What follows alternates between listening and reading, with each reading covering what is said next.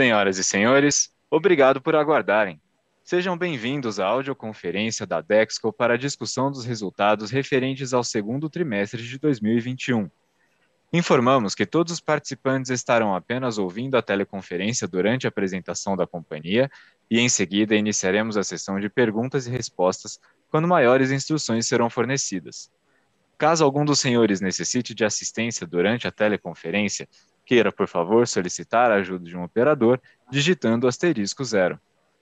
Antes de prosseguir, gostaríamos de esclarecer que eventuais declarações que possam ser feitas durante essa teleconferência, relativas às perspectivas de negócio da companhia, projeções e metas operacionais e financeiras, constituem-se em crenças, em premissas da diretoria da Dexco, bem como informações atualmente disponíveis para a companhia. Considerações futuras não são garantias de desempenho, envolvem riscos, incertezas e premissas, pois se referem a eventos futuros e, portanto, dependem de circunstâncias que podem ou não ocorrer. Investidores devem compreender que condições econômicas gerais, condições da indústria e outros fatores operacionais podem afetar os resultados futuros da empresa e conduzir a resultados que diferem materialmente daqueles expressos em tais considerações futuras. Agora, gostaria de passar a palavra ao Sr. Henrique Haddad, vice-presidente de Administração, Finanças e Relações com Investidores. Por favor, Sr. Henrique, pode prosseguir. Obrigado, bom dia a todos, bem-vindos por acompanharem a primeira divulgação trimestral de resultados da Dexco. Estou aqui com o Antônio Joaquim, nosso CEO, Glízia Prado, diretora de SG e Pessoas, Raul Guaranha, nosso novo head da divisão Madeira, Marcelo Iso, head das divisões Deca e Revestimentos Cerâmicos, Daniel Franco, responsável pela área de TI e Inovação, além da equipe de RI da Dexco. Nesse trimestre, estamos cheios de novidades, como vocês viram no recente evento de 70 anos da Duratex, agora Dexco. Vamos focar, nesse momento, nos resultados do segundo trimestre. Começando na página 3. Encerramos o segundo trimestre mantendo o ritmo acelerado de vendas, confirmando uma tendência muito positiva. Com o alto patamar de demanda, estamos operando em plena capacidade e conseguindo bons resultados na implementação de aumento de preços. Como vocês conseguem notar, na evolução da receita líquida, tanto na comparação com o ano passado, apesar da situação atípica por conta da pandemia, quanto com o trimestre anterior. Aliás, quando analisamos a receita líquida, notamos que é o melhor patamar já alcançado pela companhia.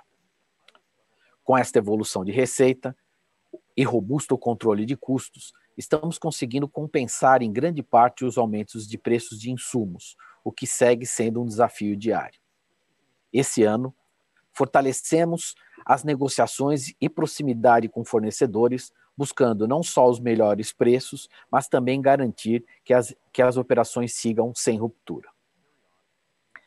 Encerramos o trimestre com o EBITDA ajustado e recorrente de R$500 milhões, com evolução não só frente ao ano passado, mas também ao trimestre anterior. Com esse resultado, consolidamos o melhor semestre da história da companhia, com EBITDA de quase R$1 bilhão. Vale lembrar que esse resultado é maior do que todo o resultado do ano de 2019. Olhando agora para o nosso caixa, passemos para a página 4. Diante do recorde de resultados apresentado nos dois últimos trimestres, encerramos o semestre com um resultado surpreendente também na geração de caixa, que foi de R$381 milhões, comparado a 50 milhões no mesmo período do ano passado, com uma conversão de 39% do EBITDA ajustado e recorrente em caixa. Esse resultado somente foi possível pela eficiente gestão de capital de giro, que apesar do leve consumo decorrente da recomposição de estoques em algumas linhas de produtos, resultou em uma redução de 64 dias no ciclo de conversão de caixa e queda significativa da necessidade de capital de giro sobre receita de 25% para 12% nos últimos 12 meses. Olhando agora para os impactos que esse resultado teve em nosso endividamento, passemos para a página 5. O Os fortes resultados também se refletiram na redução do endividamento, que encerrou o trimestre em 0,9 vezes dívida líquida EBITDA. Esse resultado só comprova ainda mais a solidez financeira da Dexco. Outro ponto que gostaria de destacar é que há algumas semanas foi publicado o rating AAA BRA da agência Fitch, comprovando a forte posição de negócios da Dexco e sua comprovada capacidade de geração de caixa, mesmo em cenários econômicos adversos. Ficamos muito felizes com esta avaliação, que reforça ainda mais nossa saúde financeira e plenas condições de execução do nosso plano de crescimento. Agora, falando um pouco sobre nossas divisões de negócios, passemos para a página 7. Segundo dados do IBÁ, a venda total de painéis de madeira foi de 2.314.000 metros cúbicos, aumento de 60% em comparação ao mesmo período do ano anterior. Esta alta se refletiu no aumento de 51% nas vendas de MDF e de quase 76% de MDP. Os volumes apresentaram o crescimento de 67% no mercado interno e de 21% no mercado externo. Olhando agora para a performance da Dexco nesse mercado, na página 8, a divisão madeira finalizou o segundo trimestre do ano já operando em plena capacidade, após realizadas as paradas de manutenção programadas.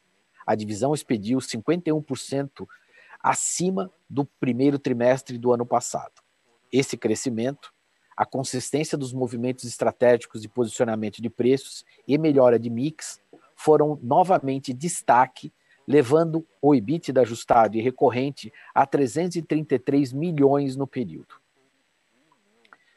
No acumulado do ano, os ganhos com aumentos de preço e melhora de mix compensaram a pressão dos custos e levaram o EBITDA ajustado e recorrente a 709 milhões de reais, com margem de 32%.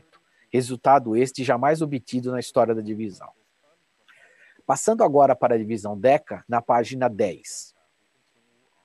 O cenário macroeconômico segue favorável para o setor de materiais de construção civil no trimestre, o qual, conforme dados divulgados pela Abramat, indicou aumento médio de 38% no faturamento deflacionado total da indústria em relação ao segundo trimestre de 2020.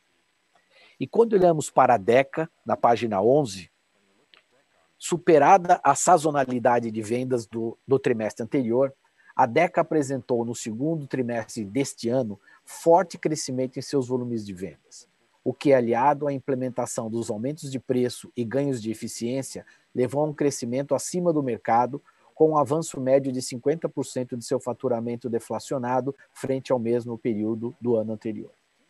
Esses esforços foram suficientes para compensar parcialmente a pressão de custos de insumos sofrida no período. Com isso, o EBITDA ajustado e recorrente da divisão totalizou 89 milhões de reais, mais que o dobro do mesmo período de 2020 e 37% acima do primeiro trimestre de 2021.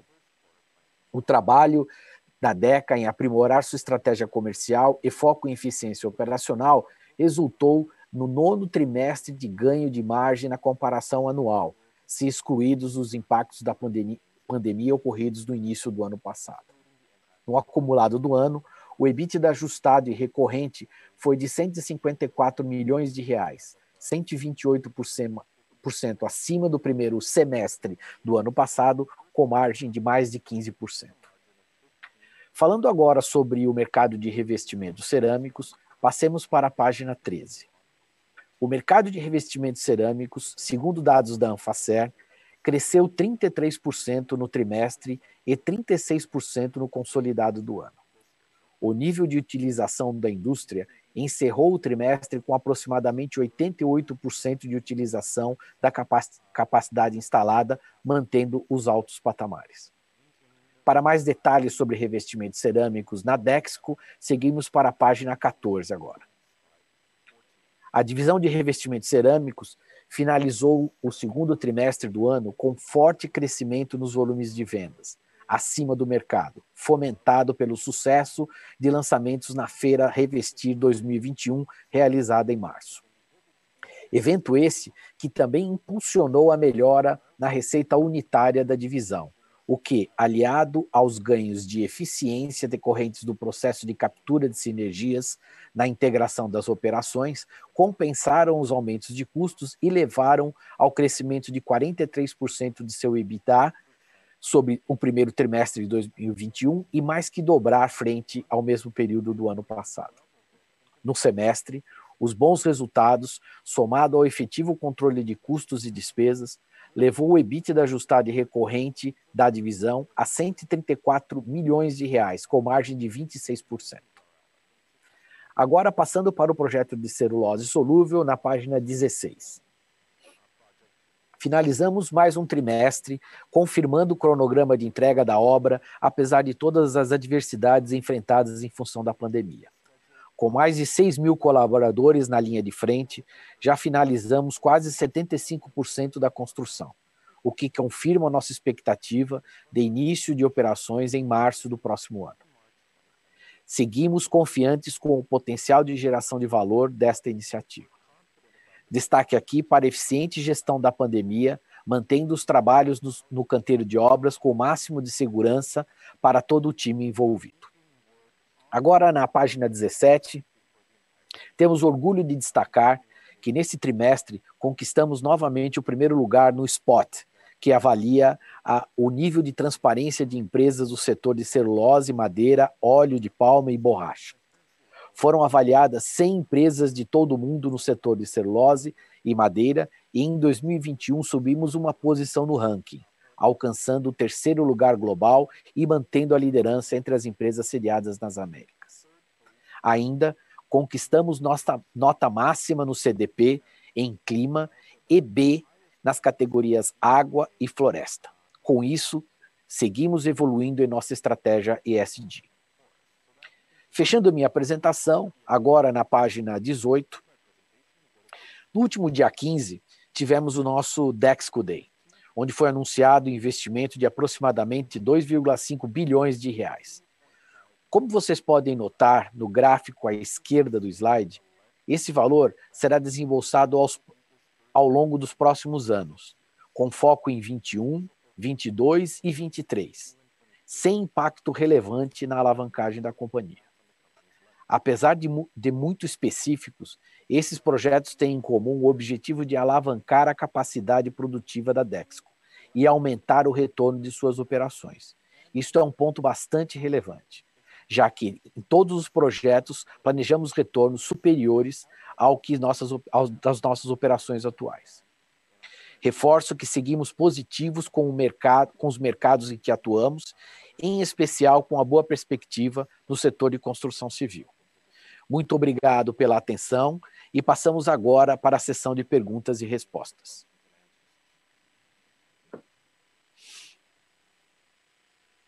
Iniciaremos agora a sessão de perguntas e respostas. Para fazer uma pergunta, por favor, digitem *1 e para retirar a pergunta da lista, digitem *2. Por favor, aguardem enquanto coletamos as perguntas.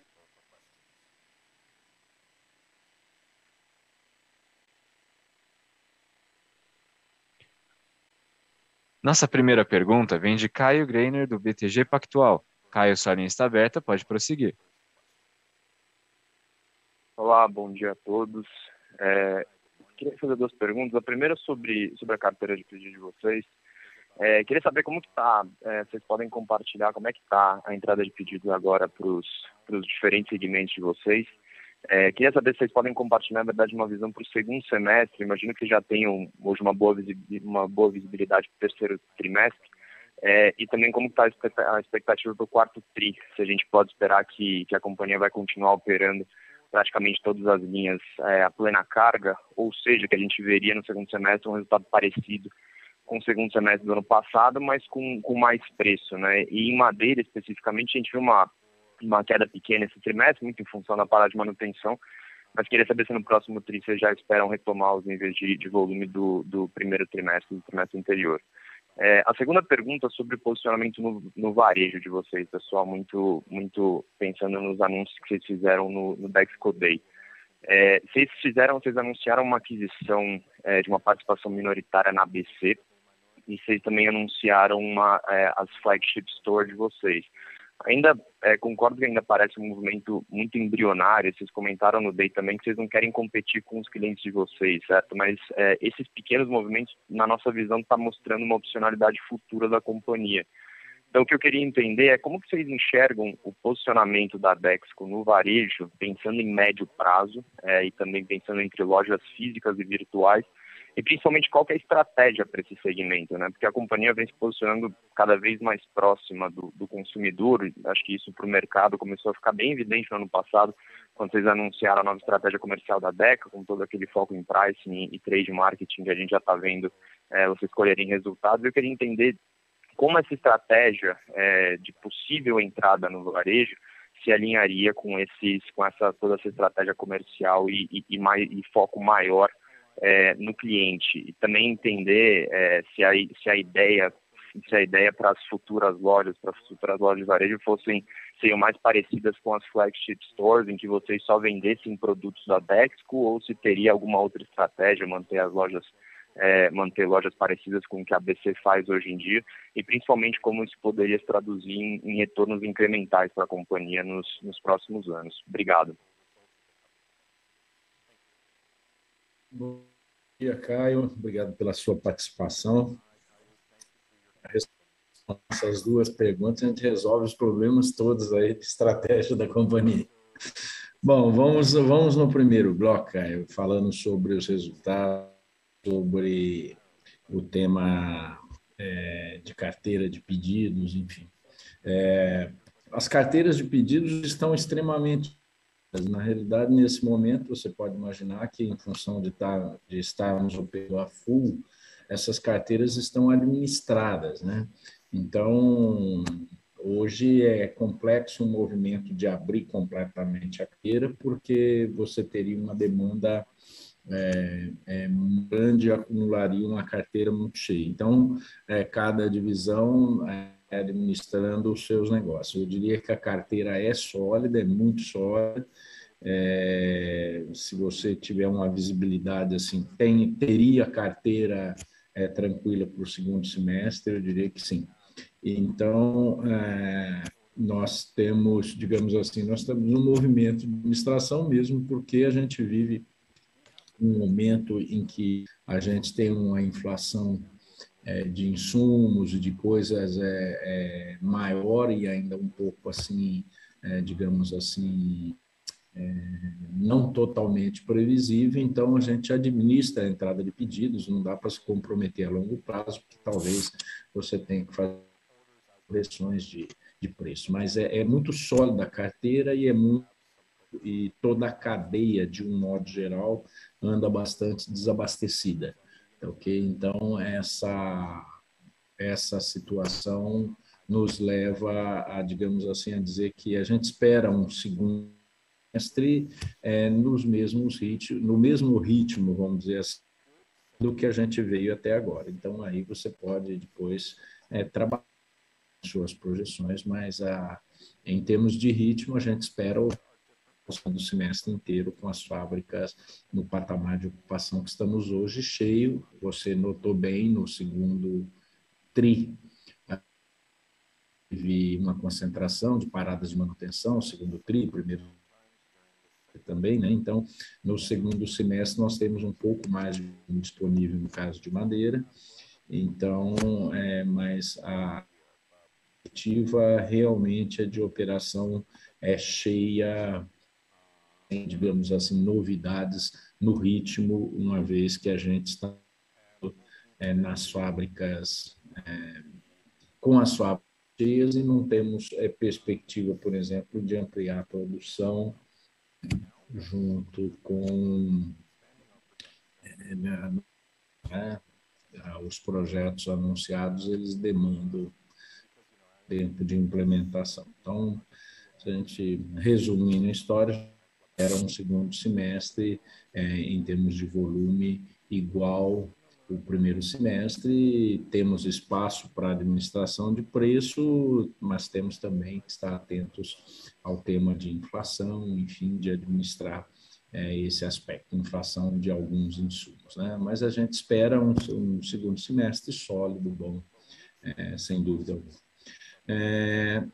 Sobre o ponto mais estratégico do anúncio de algumas operações que se conectam com o varejo, parte da nossa estratégia, foi bem divulgado, que nós queremos uma aproximação maior do consumidor final.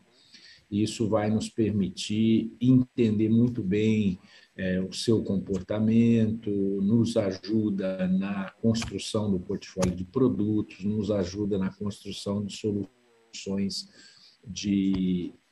como se diz, de soluções para melhor atendimento, enfim, tudo isso que vocês sabem muito bem. Então, a gente acha que um movimento de maior proximidade do consumidor é inexorável e é realmente uma coisa muito estratégica, muito importante para a gente. Só colocando um ponto, você mencionou 2 pontos, um é o investimento na ABC e o outro é a flagship store. Nós não anunciamos flagship stores, algumas, não, nós anunciamos a decisão de construir uma flagship store em São Paulo, que vai substituir os showrooms que nós temos hoje ali na Avenida Brasil. Nós temos showrooms do Portinari, temos ICEUSA e temos showrooms da Deca. Então, é uma construção de um modelo completamente novo, um projeto que a gente está trabalhando já há 2, 3 anos, com um apoio de consultorias especializadas, e nesse local a gente terá para exposição, a gente terá para discussão, é um espaço muito mais completo, não é simplesmente uma loja, com conceitos dos mais modernos do varejo. E nesta loja, sim, a ideia é realizar algumas operações comerciais. Ela não é o objetivo principalmente princípio da loja, mas ela realizará algumas operações comerciais até para que a gente possa trabalhar. Como será ordenado por trás disso, nós ainda estamos trabalhando, né? Se depois esse conceito da flagship, não no tamanho nem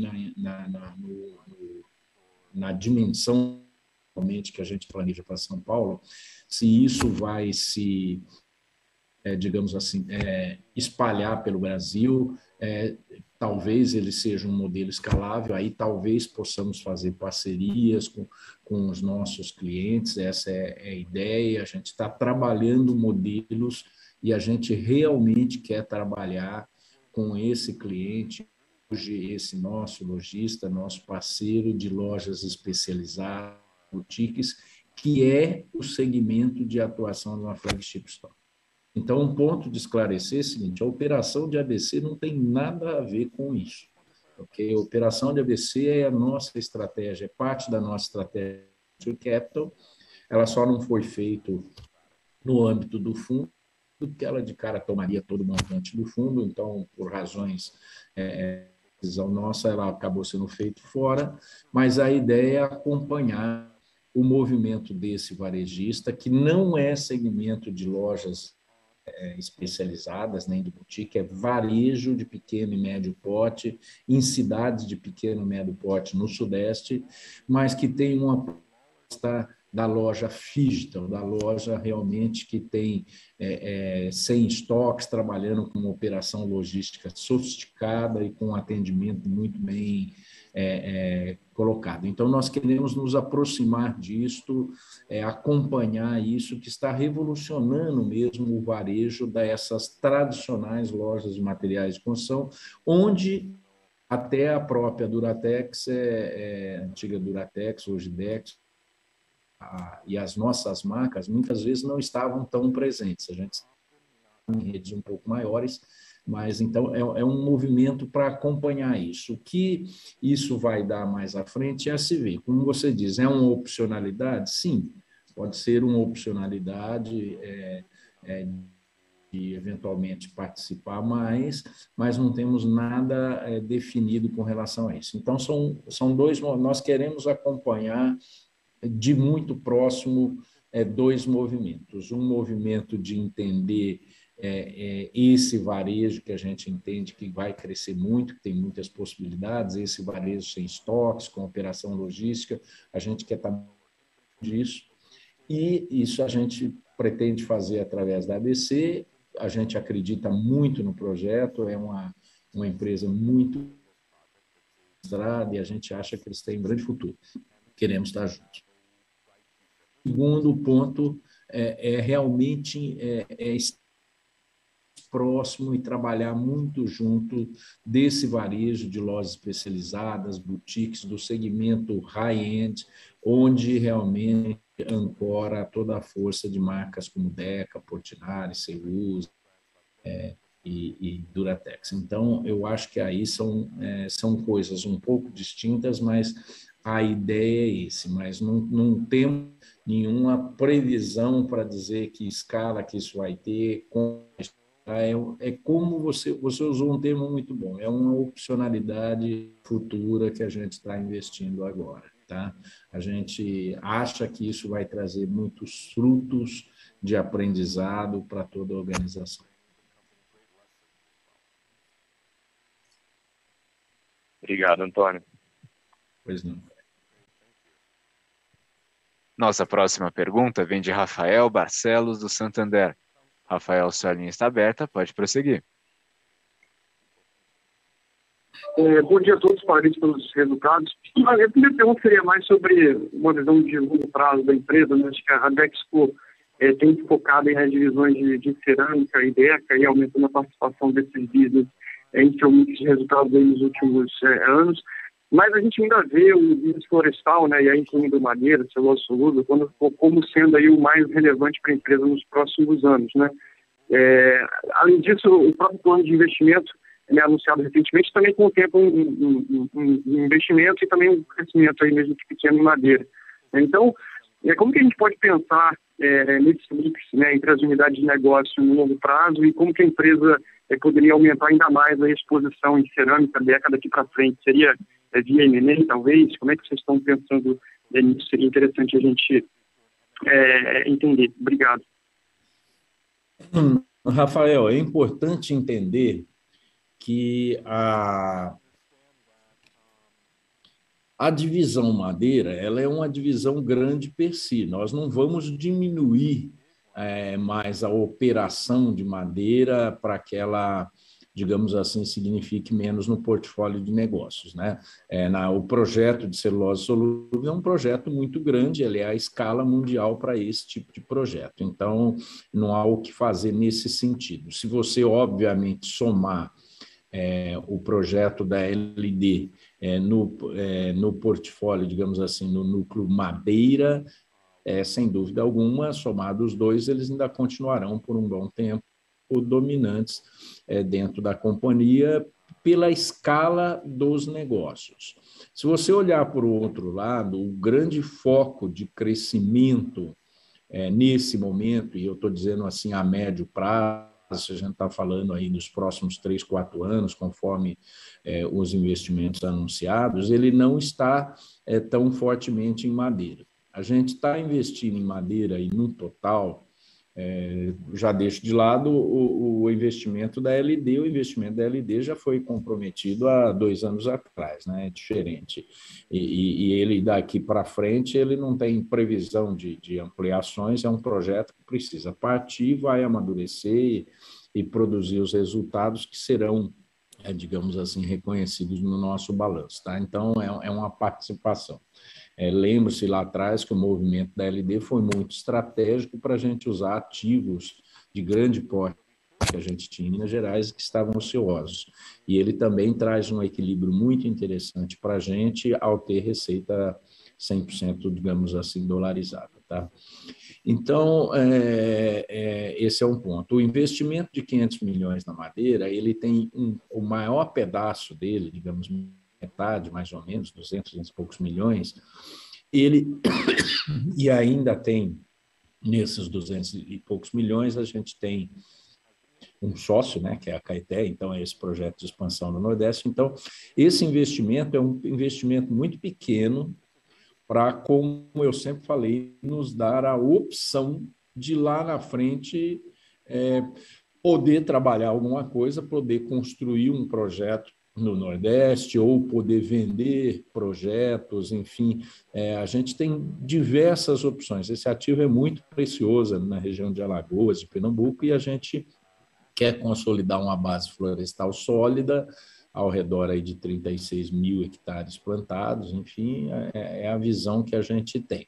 E isso permitirá lá na frente a gente decidir o projeto. Se eu não tenho a floresta, eu não tenho o projeto, né? Mas é um investimento muito pequeno na base do que nós temos hoje. Tá?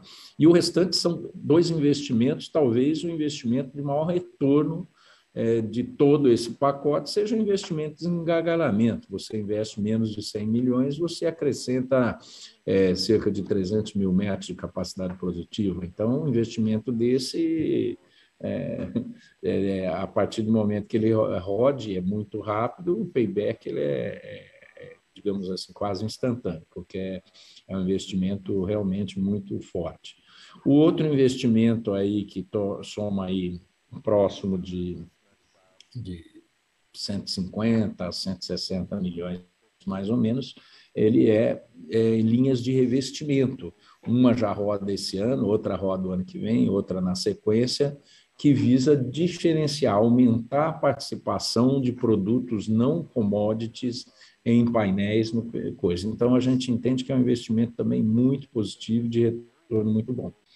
Veja que nós concentramos dos 2,5 bi anunciados, nós concentramos 2 bilhões, vamos dizer assim, em investimentos que não estão diretamente relacionados à operação madeira, são investimentos na Deca em revestimentos cerâmicos, né, fortemente distribuídos, aí mais ou menos um terço entre louças, metais e revestimentos cerâmicos. Se você pensar no crescimento para frente, onde estão mais possibilidades, por exemplo, se houver um negócio inorgânico, essas coisas, né, porque a gente continua, como o Haddad mencionou, a alavancagem ainda não fica comprometida, é um plano de investimento tranquilo, a maior probabilidade que ele exista é que ele exista nesse mundo, vamos dizer, de Deca, revestimentos cerâmicos ou negócios correlatos. A gente não tem estrategicamente intenção de ampliar a capacidade de produção em madeira, capacidade de produção de painéis básicos a curto prazo. Então, eu diria que, proporcionalmente, os investimentos de agora para frente estarão mais concentrados nisso, tem essas perninhas em varejo, essas coisas assim também, e é aí o nosso caminho. Mas o fato é que, se eu olho somente painéis, se eu comparo a situação de Duratex de 3, 4 anos atrás, quando eu só tinha Deca e madeira representava 70%, madeira só painéis representava 70%, se eu pegar essa mesma operação de painéis e a representatividade dela hoje no portfólio, ela diminuiu sensivelmente. Acontece que a gente criou o projeto LD. Então, se você soma LD e madeira, sim, é o negócio ainda mais pesado do grupo com relação a isso, e a gente está satisfeito agora com os resultados dessa operação. A gente está muito satisfeito.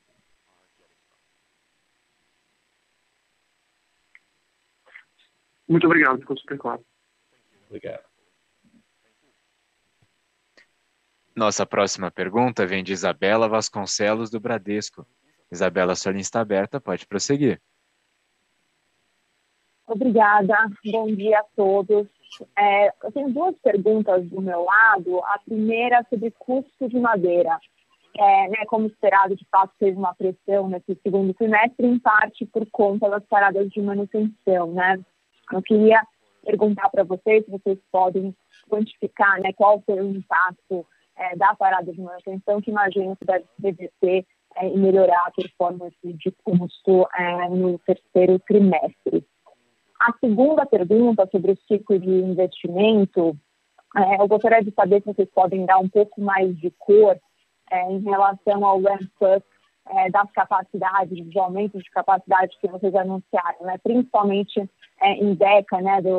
Na parte de metais, aumento de capacidade de 35% até 2024, se não me engano, de lotes de 30%.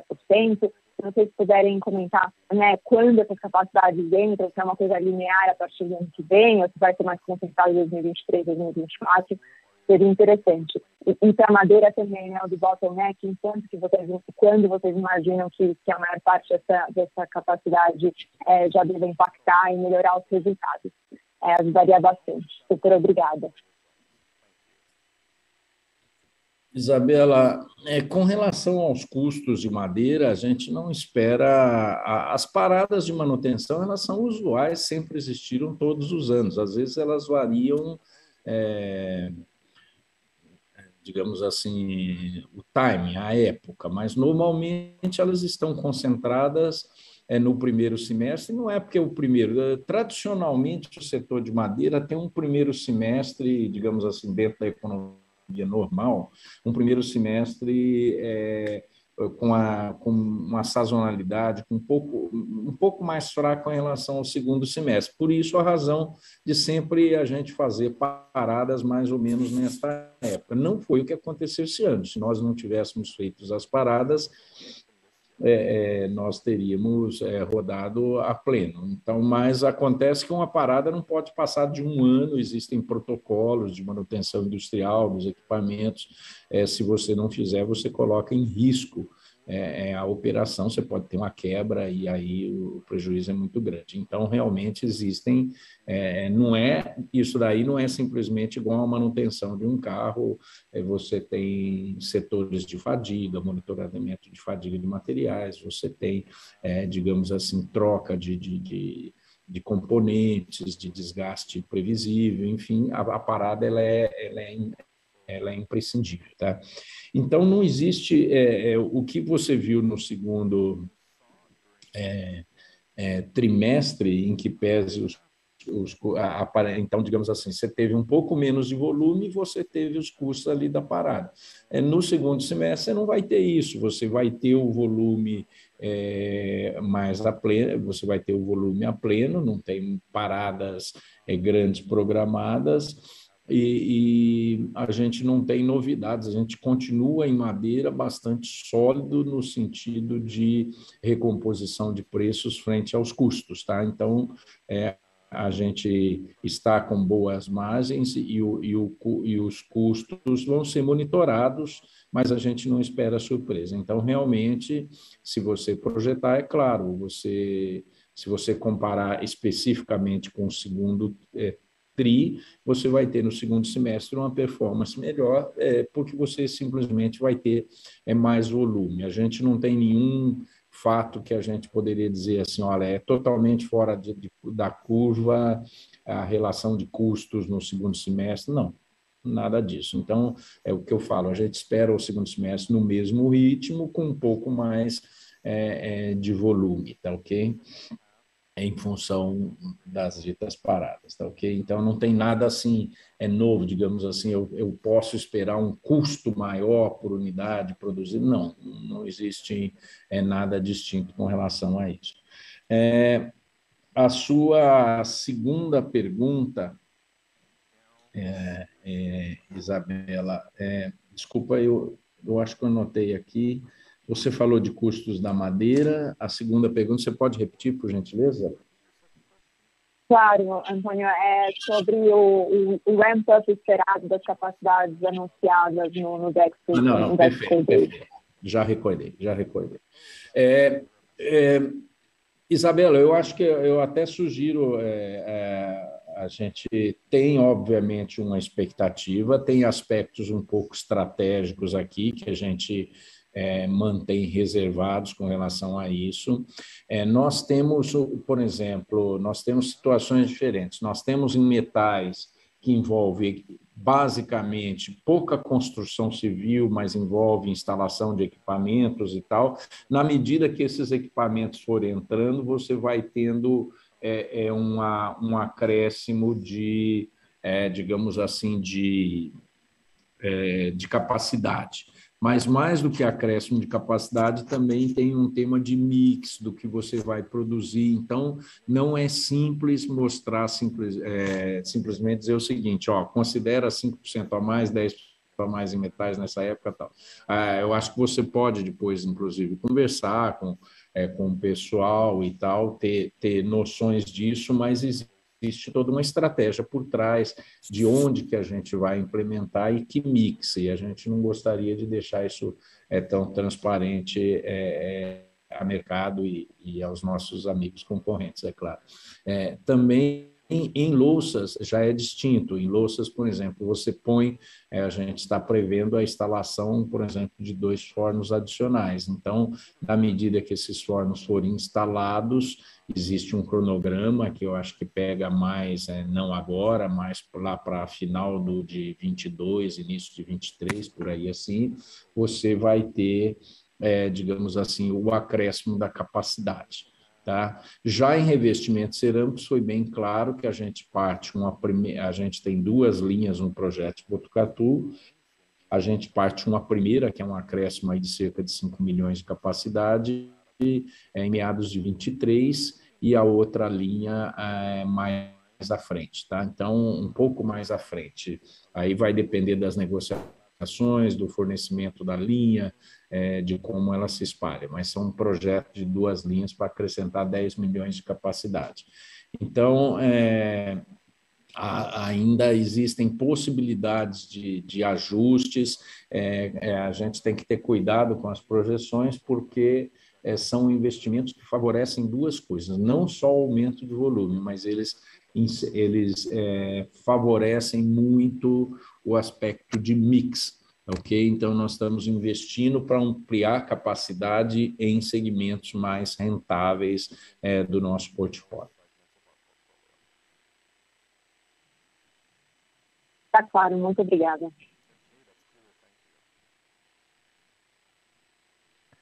Nossa próxima pergunta vem de Gabriel Galvão, do Credit Suisse. Gabriel, sua linha está aberta, pode prosseguir. Bom dia a todos, parabéns pelo resultado aí, pessoal. Obrigado por receberem minhas perguntas. A minha primeira pergunta seria um follow-up em relação à pergunta da Isabela, e até pegando o gancho que você comentou, Antônio. Assim, é super tranquilo a gente modelar aqui um aumento de capacidade dado um determinado CAPEX e chegar aí num NPV por ação ou na quantidade de valor que esses projetos geram, né? Agora, quando a gente fala de mix, melhoria de mix, como vocês falam, vai ter diferenciação nos produtos de madeira, maior valor agregado em deca, um portfólio mais premium em cerâmica, assim, fica um pouco mais subjetivo de colocar essas variáveis na conta, né? Então, eu queria saber se vocês têm algum guidance para dar, seja de melhoria no preço médio, seja de um EBITDA anualizado exclusivamente por conta de mix, que dê para ajudar a gente aí a fazer essa conta. E aí, se vocês não tiverem algum guidance, não sei se vocês teriam alguma sugestão também de como incorporar isso na nossa conta. Essa seria a minha primeira pergunta. E a segunda pergunta seria em relação a M&A, fora do plano de expansão desses que vocês já anunciaram, né? Agora a alavancagem de vocês está abaixo de uma vez da líquida EBITDA. Eu queria saber se vocês veem espaço para anunciar algum M&A, se alguma oportunidade surgir naturalmente, né? Obrigado, pessoal. Gabriel, como eu te falei, eu entendo a colocação, não é realmente, de fato, uma modelagem simples, você projetar esses processos. Eu acho que até o nosso pessoal de RI, essas coisas, está à disposição, sempre teve à disposição para checar modelos que vocês sugerem, mas como eu te falei, existem alguns componentes nesses investimentos que são de natureza bem estratégica. Nós não podemos aqui dizer exatamente que linhas que nós vamos atacar, onde nós vamos, que seria, digamos assim, uma informação embora te ajude a modelar melhor as suas projeções, ele pode dar uma informação de mercado relevante para a concorrência, enfim, coisas desse tipo. Tá? O que eu posso dizer é o seguinte, os números de projeção de aumento de crescimento, assim, acima de 30%, tanto em metais quanto em louças e revestimentos cerâmicos, é o número que a gente está trabalhando. Nós também fornecemos para vocês uma boa ideia do período da implantação desses projetos, como eu mencionei. Agora, eu realmente ressalto que pode ter impacto em mix, com consequência em preço médio, e aí faz parte de uma estratégia nossa. Realmente não é um assunto que está pronto para ser compartilhado. Espero que vocês entendam, Gabriel, que a gente tem que atender realmente o modelo, mas a gente também tem que construir nossa estratégia, nosso atendimento, nosso planejamento e nossa atuação no mercado, tá ok? Então, são pontos assim um pouco mais sensíveis, eu espero que você entenda. Sobre o tema do M&A, é possível uma operação de M&A? É possível.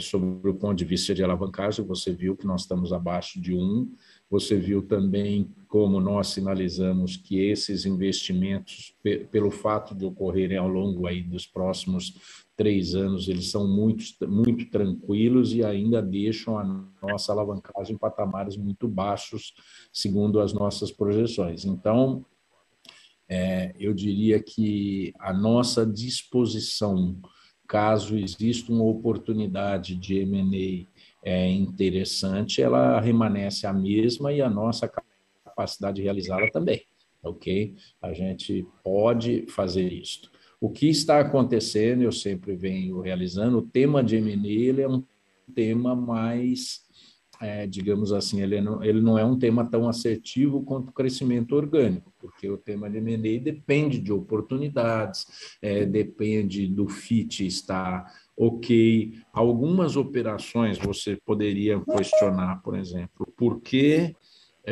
vocês, ao invés de fazer uma operação de M&A ou de A, né? No caso de revestimentos cerâmicos, colocam a fábrica nova. A gente já explicou, realmente no mercado a gente não vê aquilo que a gente quer crescer. Vai um pouco na linha da primeira parte da sua pergunta. Nós queremos atuar fundamentalmente no mix, fundamentalmente em produtos bem high-end, e não existe no mercado, digamos assim, concorrentes passíveis de uma aquisição que tenham exatamente o que a gente quer. Ou se tem parte do que a gente quer, você levaria junto uma série de coisas que nós não gostaríamos. Então, daí a opção por isso.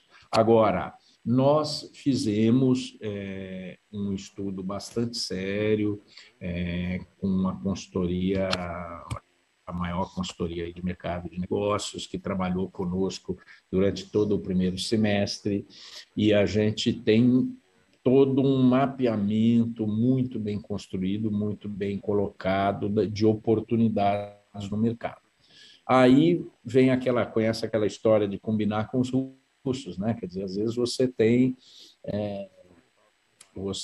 planos, você tem ideias e não surge. Nesse momento, o que a gente verifica é que muitos ativos estão com alguns sobrepreços que a gente, digamos assim, uma certa supervalorização. Eles estão caros, afinal estão performando bem, então a gente está fazendo nesse sentido movimentos muito cuidadosos, tem que ser um movimento para frente. Agora, a resposta clara à sua pergunta é sim, continuamos atentos a qualquer oportunidade e capacitados para fazer. Então, não entendo que o investimento de 2,5 bi comportaria muito mais do que isso dentro de uma alavancagem que seria até mais interessante estar mais alavancado. Então, nós podemos fazer, existe dinheiro no mercado, existe crédito, existe possibilidade de alavancar mais, e a gente está atento para isso. Agora, a gente dividiu vários setores, vários negócios, a gente continua olhando, desde que eu ressalto 3 pontos que são fundamentais para nós. Tem que estar dentro do nosso propósito, ou seja, que encaixe nessas soluções para melhor viver, nesse mundo da casa, de decoração, do lar, nesse mundo dos espaços, do viver ambientes que a gente vem tanto construindo na Dexco. O segundo é que sejam negócios que a gente vê boa qualidade, sejam negócios verdadeiramente accretive ou que possam se tornar, ou seja, mediante uma intervenção, com sinergias, possam se tornar. E também a gente mira, o terceiro ponto é que tem uma certa escala, tá ok? Então, a gente pode ter operações menores de M&A, mas aí para agregar nos negócios atuais, mas uma operação, digamos assim, que nos levasse a um novo negócio, um negócio correlato paralelo, teria que também ter uma escala que justifique isso, né? Não iríamos entrar num negócio totalmente novo, pequenininho, ok? Essa é a ideia. Gabriel, desculpa se eu não consigo te esclarecer mais, não posso te esclarecer mais, principalmente com relação à primeira parte, tá? Não, sem problema, Antônio. Muito obrigado aí. Bom dia a todos. Bom dia. Não havendo mais perguntas, retornamos a palavra ao Henrique Haddad para as considerações finais. Pessoal, queria mais uma vez agradecer a participação de todos. Realmente é um orgulho muito grande a gente poder estar anunciando um resultado tão positivo da Duratex, da Dexco agora, né? E contamos com vocês aí durante o trimestre. No próximo trimestre vamos estar disponíveis para qualquer pergunta mais detalhada à medida que a gente avança aí no terceiro trimestre e no final do ano. Muito obrigado, até a próxima. A audioconferência da Dexco está encerrada. Agradecemos a participação de todos e tenham um bom dia.